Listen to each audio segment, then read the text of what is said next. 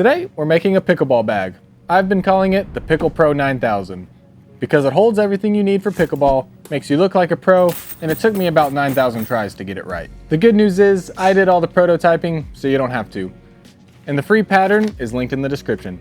I'd recommend printing that out after you download it because there's a couple of full-scale templates that are going to be used throughout the build. First things first, I traced the pickleball and the paddle out of the leather and started Just kidding. I'm not using leather on this project. I know I'm the leather guy here, but I showed some self-control. When I started my prototyping, I was using Cordura because it's a great outdoor fabric and nicely water resistant. But after my first prototype, I realized it's probably not the best choice. The Cordura didn't stick well with the basting tape I was using, and it pretty much had zero stretch, so it was really hard to get nice, smooth, rounded corners like I wanted. Also, the wrong side looks less finished, and I really didn't want to line this bag. A lining adds complexity and thickness, which was starting to creep up as an issue in some areas. So for the next try, I used vinyl because basting tape works really well with it. But it didn't help at all with my thickness problem. I don't really know what I was thinking there, but in that second prototype, I did use some piping, which was a look I really liked and I stuck with it. I got the materials right on the third try though. This is an 18-ounce heavy canvas, which has a good bit of structure, works well with basting tape, and it's got just a little bit of stretch, enough to get some nice rounded corners. I added some color using this lighter weight fabric. It's a Nimbus duck canvas, and I used it for the piping, inside of the zipper pocket, and a couple other spots on the bag. I had 18 choices to pick from for this fabric, and I chose this olive color because it reminded me of a quart and a pickle.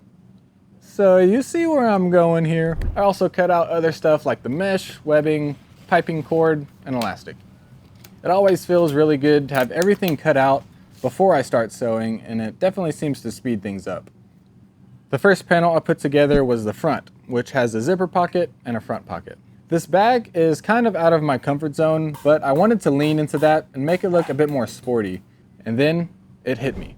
This mesh will make it look more sporty, and I think it'll make for a functional pocket too.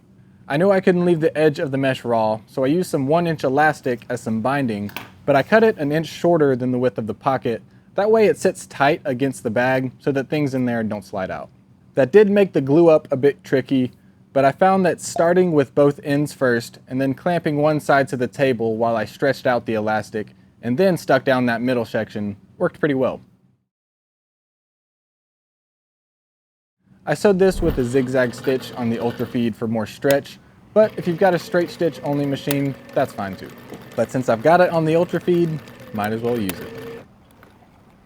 I think this mesh pocket is probably one of my biggest takeaways from this project. It was my first time using it, but I think it turned out well, and I'm already planning another project to use it on. Plus, pretty affordable.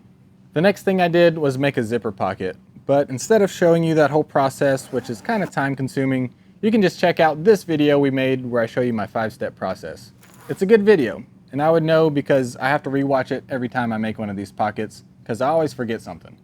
With the pockets done, I clipped them together with the lining fabric and then pulled back out my plans.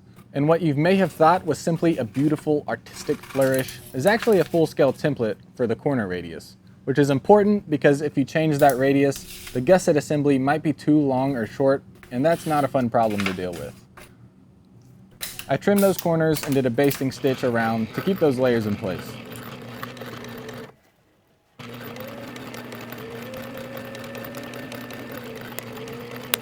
And I finished the panel off by adding a Sailrite tag with the handy press. And speaking of tags and the handy press, we just released our Pro Stamper Kit for metal and leather stamping, so check that out if you want to find a cool way to add some personalization to your projects. It'll be down in the description.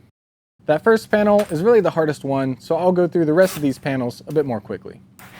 The back panel consists of a pocket with a double hem. Seems simple enough, but I am debating adding structural engineering as a skill on my LinkedIn profile because this pocket has a special function. It holds the paddle against the back of the panel and acts like a backbone, giving the bag some structure. Of course, none of that matters if the panel gets sewn on backwards. So if there's any colleges out there that want to give me an honorary degree, just reach out. The side pockets also got a double hem, and the pocket back panels got a single hem on the top side. I used 1/4-inch basting tape for those hems and relied on it a lot throughout this project. I'd say it probably saved me at least an hour altogether. I sewed the double hem on the pockets, but left the single hem unsewn on the pocket backs.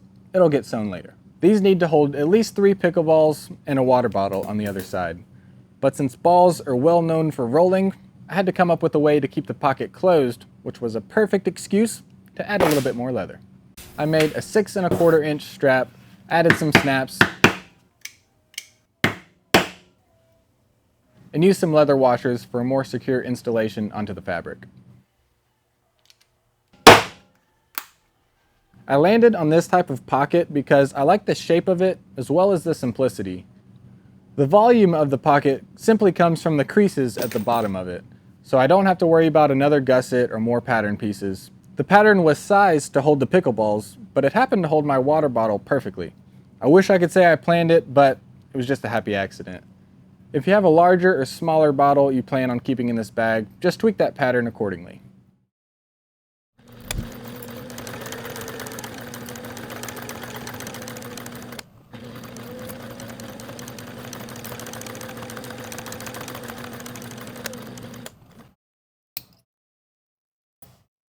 This right here is grosgrain, and it solved 2 big problems for me. First, it's really thin, so it was a perfect way to finish edges like this one that would be too bulky if I had folded them. And second, it made the inside of the bag look more finished since it's not fully lined. I'll admit hems do look better though, so all the places that use the grosgrain will eventually be hidden inside the bag.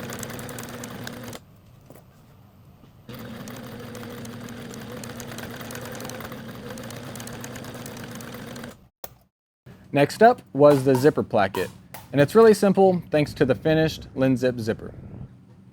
Since all the zipper stuff was done for me, I just folded a hem on each fabric piece, basted, and sewed it in place. These short edges also got grosgrain, and you may have noticed I switched to a left zipper foot to sew that zipper. And it also helped me sew closer to that zipper stop as I sewed in the grosgrain. The last panel was the bottom, which got a single hem on the short sides, which I left unsewn. Now all the component parts are finished, so I can start building this bag. I began sewing the gusset loop together, which was all of the 5-inch wide pieces. I made sure to layer hems on top of grosgrain, and of course, make sure everything's in the proper order. Zipper placket on top, pockets on the side, and you can guess where the bottom goes.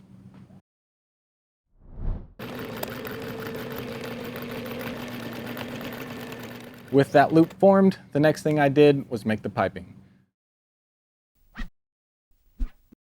I cut the fabric on the bias so that it would have some stretch and basted it together using this table and clamp system. This is an optional step, but I think it enhances the look a lot.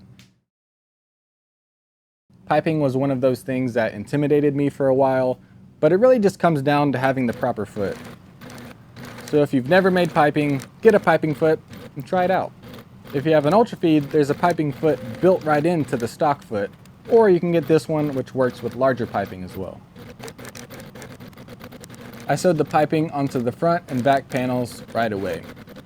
I didn't sew the piping separately first since the basting tape held so well that it already had a nice tight fit around the foam cord. After it was sewn, I trimmed all the layers just to make sure everything was flush. Moving on to the back panel, it has an adjustable shoulder strap, and I made it so that it would lay flush against the bag when it was fully tightened. But that does limit the maximum length, so feel free to increase the length of the webbing piece if you'd like to. But I like how the strap sits flush against the bag and stays out of the way when I'm not using it. The path of the webbing piece started at the center bar of the strap slider. I sewed a loop there and then passed the tail through the rectangle ring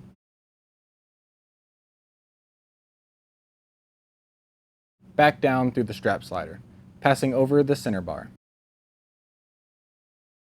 Then I sewed the strap end in place on the bottom.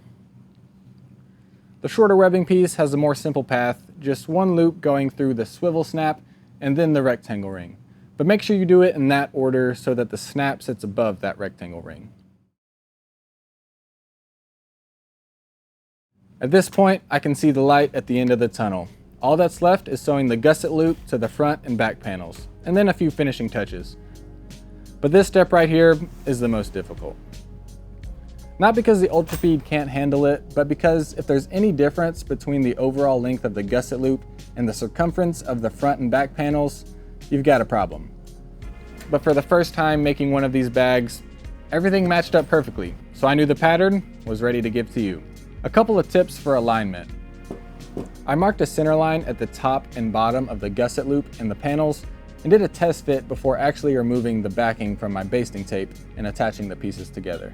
I just used clips for the corners so that I could slightly shift things around while I was trying to sew that corner into as smooth of a curve as possible.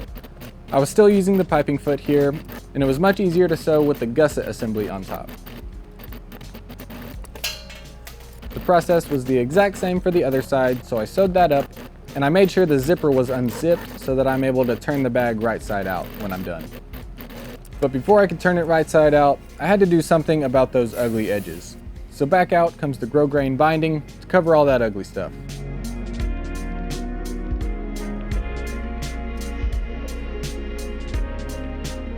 I used the zigzag stitch just to make sure it caught all those layers.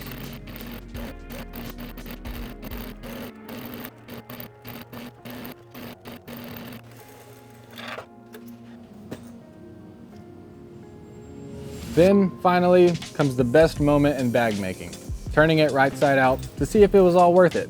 And this one definitely was. I was really happy with the way it looked, and it held everything I needed it to, so it was more functional than anything I could have gotten off the shelf. And at the very last moment, I found one more way to add some leather. The cherry on top were these leather pull tabs for the zippers, which I think tied everything together by adding a little bit more of that tan color so that the strap and the Sailrite tag weren't so lonely.